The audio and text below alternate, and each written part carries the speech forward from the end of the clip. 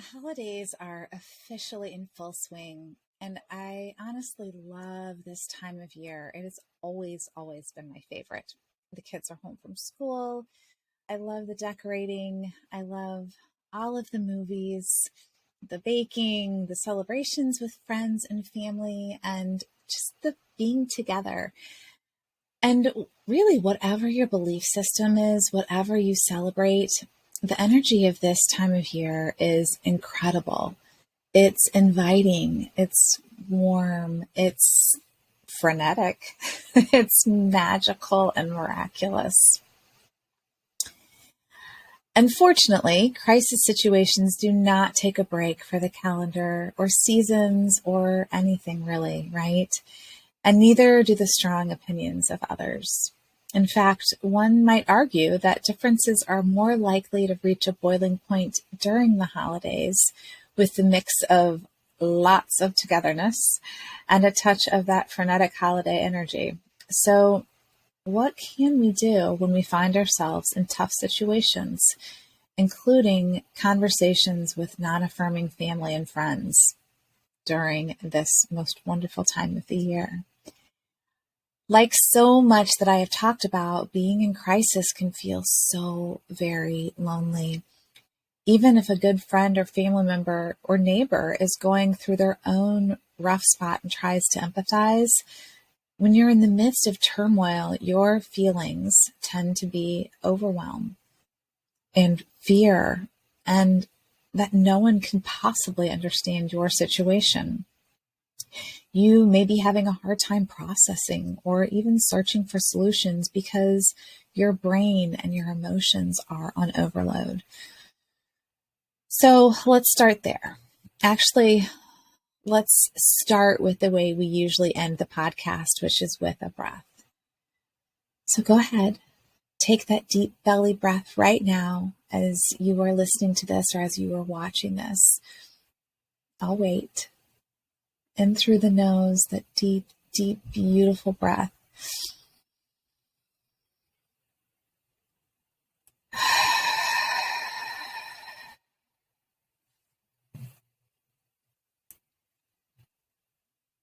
Now your nervous system is in a calmer state, and we're going to start with the word choice. Word choice is a big deal. For instance, the subtle distinction in the meanings of handle, cope with, manage, deal with, respond to, and approach make a difference in reading, processing, and presenting this topic. It really boils down to the relationship you have with the person or the people with whom you are communicating. Certain words and phrases capture certain instances more accurately. The phrase non-affirming tends to relate to those who do not affirm based on religious beliefs. The word unsupportive is used to describe those who have feelings of opposition to their LGBTQ child, friend, or community based on bias, ignorance, or beliefs that are not religious in origin. So how do we cope with, manage, and respond to non-affirming or unsupportive folks with a spirit of grace, patience, and education, while also maintaining protective boundaries and empowering our kids? The answer is carefully. We need to be clear on what we hope to accomplish by engaging in a conversation around this topic. To access this clarity, we need to have educational points of reference beyond our intuition and unconditional love. We also need to have a strong sense of boundaries. Having a few responses that are your own special blend of grace, patience, and education are helpful. Here are a couple of broad topics to help you. Number 1, time. It takes everyone time to adjust to the change in their movie reel. As you know, so many factors go into this. Some people just need a minute to process the information. Number 2, facts. Knowledge is not only power, It is calming, centering, and confidence infusing. Having the basic facts down that are specific to your child, and they begin to expand your knowledge from there.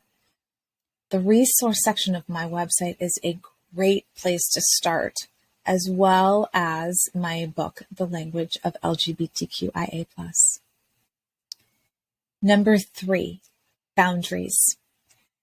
Setting and clarifying your boundaries works wonders in allowing you to stay connected to your truth, to you. Teach your child how to do this as well. It is an invaluable life skill. Holiday gatherings are a favorite time to come out to friends and relatives. So what do you do when your child comes out and faces a non-affirming or unsupportive response? Boundaries can be a little more difficult with a family member or a friend, and those who are strongly anti-LGBTQ tend to approach this topic with a lot of fire. So how can we prepare? Know your facts, stay calm, and breathe. If you don't have an answer to a specific question, it's okay. Offer to share the resources that have helped you. I have handled this by saying that I know to the core of my being that God created our son, Connor, to be exactly who he is, and that I'm happy to share research that supports that feeling.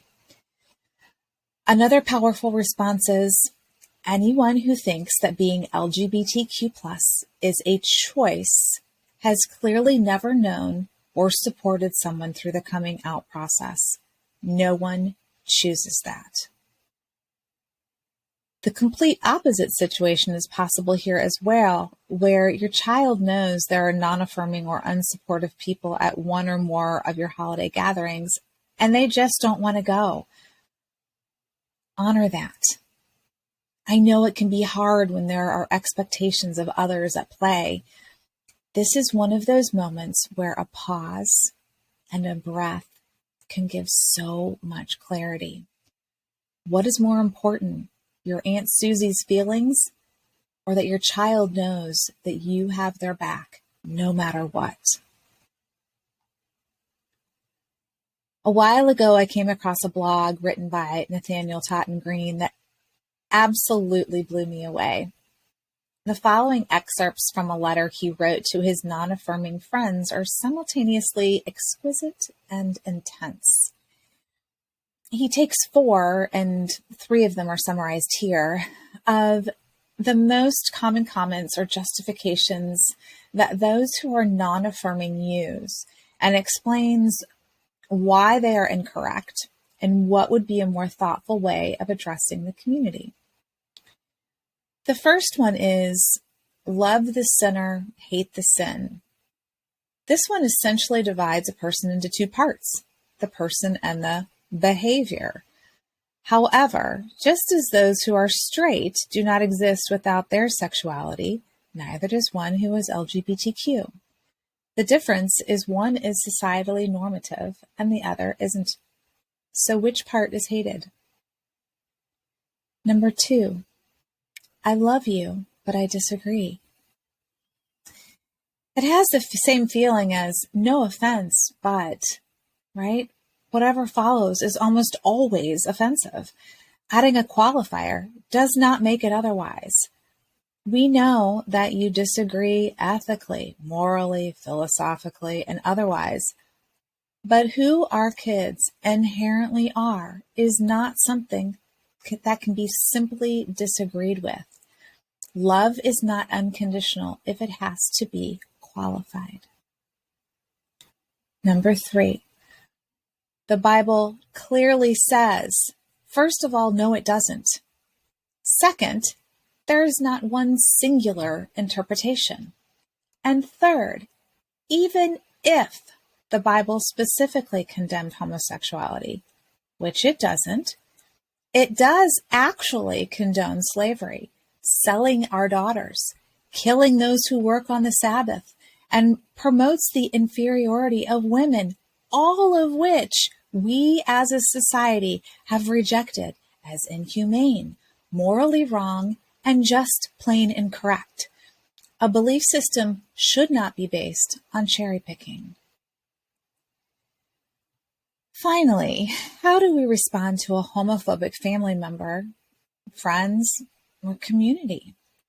We all know at least one person who has some form of prejudice or bias. Remember, we cannot change the way others think or feel. We can only change how we respond to them and set boundaries.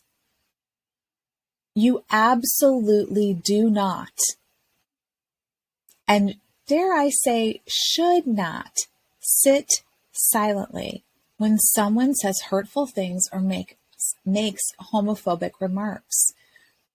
Educate yourself so that you can respond with facts, statistics, and logic. Remind yourself that homophobia is based on a lack of knowledge and on fear. Have realistic expectations of what you would like the outcome of any conversation to be. Remember that shifts take time.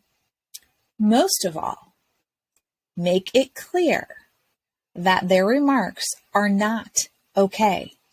The most important thing you can do is to have your child's back. Now, for all of our LGBTQ loves specifically, I want you to remember that someone else's homophobia is not your problem or your fault. I want you to repeat that in your head. This is not my issue. This is theirs. It is okay to remain hopeful that time will help shift the homophobic person's attitude. Remember, homophobia is generally a lack of education and just plain fear rearing its ugly head. Absolutely stand up for yourself if you feel comfortable doing so. Remember that you are not alone and that you are loved and valued and supported and so worthy. And find support in the form of therapy or support groups like the Trevor Project. I want to close with a few tips and suggestions that will help support you through holiday crises and really crises any time of year, as well as run-ins with non-affirming folks alike. 1, take time to be present with all of your children. It is easy to become mentally, emotionally, and physically consumed by the one who is struggling the most. The others need your attention just as much. If they want to make gingerbread houses from scratch, make those gingerbread houses from scratch and allow yourself to enjoy the process. And really the hilarity that no one but Martha Stewart can make any kind of picture-worthy gingerbread house that has any structural integrity. The point here is to spend time laughing together. Equally as important, number 2, take time to be with your spouse or partner, not discussing the crisis at hand. Get out of the house, go for dinner or coffee or cocktail, and just talk and enjoy one another. I cannot emphasize the importance of this one enough. Communicate, appreciate one another, and love. Number 3, spend time with your dog. Again, being present, petting them, soaking in their amazing energy. I find dogs to be incredibly therapeutic, but your emotional support animal may be a cat or a bird or an iguana. It doesn't matter. As long as spending time with them allows you to be in the moment and centers you and helps you feel grounded and calm, that is what matters. If you do not have a dog or a cat or a bird or an iguana, hang out with a friend who does, or go to a shelter. You might just end up with one. Number 4, do something nice for yourself. Take a minute to think of a few things that calm and center you. Pick one and just do it. Whether it's yoga, a massage, a mani-pedi, meditation, lunch with a friend, reading a book that is fiction, a walk, hiring a cleaning service for 1 week, order takeout so you don't have to cook dinner one night. Whatever works for you, do it. Number 5, do something nice for someone else. When you give of yourself from a place of love, whatever it is, whether it is time, a thoughtful gesture, a smile, it has the lovely benefit of not only making someone else's day brighter, but yours as well. Number 6, start a gratitude journal. When you are in the midst of turmoil, it is way too easy to feel that 100% of your focus needs to be on the situation at hand. When you shift into a mindset of gratitude, it forces your brain and your body to relax. And there is actually a chemical component that occurs here.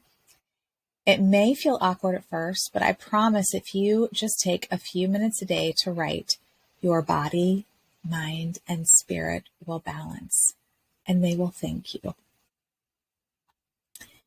I know this is hard, but remember, it can be and. There is a crisis in your life, and you are grateful. You just had an uncomfortable conversation with a non-affirming relative, and you are laughing hysterically with your kids, watching Elf for the 10th time. Your homophobic friend just made a cruel comment, and you feel at peace sitting on the floor with your dog and rubbing their belly. And love and hugs and a gentle reminder to embrace the beauty and the messiness of your holiday season.